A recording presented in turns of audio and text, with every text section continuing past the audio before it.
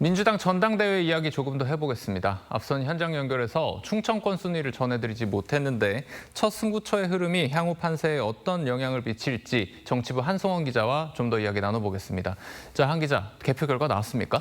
아직 공식 득표율과 순위 공개되지 않았습니다. 당초에 7시쯤 발표하려고 했다가 7시 30분으로 밀렸는데 아직까지 당에서 말하는 거는 엑셀 과정을 통해서 집계 중이다 이렇게 말하고 있습니다. 예. 아무래도 1인 1표제 전당원 투표제가 처음 실시되는 거다 보니까 조금 시간이 걸리는 것 같은데 결과가 나오는 대로 전해드리도록 하겠습니다. 그렇군요. 지금은 저희가 좀 예측한 거를 전해드릴 수밖에 없을 것 같은데요. 당초 충청이 정청래 후보의 고향인 만큼 조금 이제 우세할 거다 이런 관측이 많았고 김민석 후보는 어제 이렇게 공식적으로 7%포인트 이내면 역전이 가능하다 이렇게 말했습니다.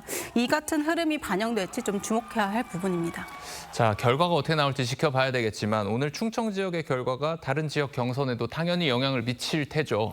예, 그렇습니다. 첫 경선에서 이기면 기세를 몰아서 남은 경선에서도 표를 끌어모으는 밴드웨건 효과를 기대할 수 있습니다.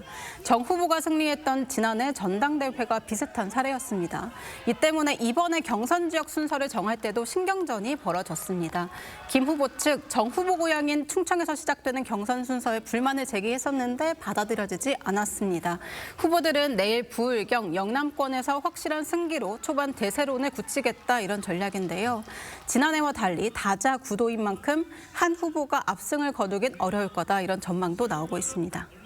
초반부터 그야말로 불꽃이 튀는 것 같은데 어느 지역에서 결국 승부가 갈리게 되겠습니까? 2주 뒤에 있을 호남 경선이 최대 승부처입니다. 호남에는 전체 권리당원의 3분의 1인 50만 명 정도가 몰려있는 만큼 누적 판세가 바뀔 수도 있다는 겁니다. 김 후보 측은 호남에서 두 자릿수 이상 격차를 벌려서 이곳에서 승부를 보겠다 이런 전략입니다. 그리고 선호 투표제도 변수인데요. 새 후보자 중에 과반 투표자가 없으면 탈락한 3위 후보를 1순위로 선택한 당원들의 2순위 표를 남은 두 후보에게 다시 분배해 최종 승자를 가리게 됩니다. 3위 후보의 표가 어느 후보로 얼만큼 가는지가 마지막 승부가 될 관건입니다. 민주당이 갑자기 후보를 추천하고 나선 특별감찰관 이야기도 해보겠습니다. 10년 넘게 이 자리가 공석이었죠. 예, 그렇습니다. 특별감찰관은 박근혜 정부 당시에 처음 만들어진 대통령 가족과 측근을 감시하는 자리입니다. 2016년에 이석수 초대 감찰관이 우병우 전 수석 비위 의혹을 감찰하다가 사퇴한 이후에 문재인 정부, 윤석열 정부 계속 비어 있었습니다.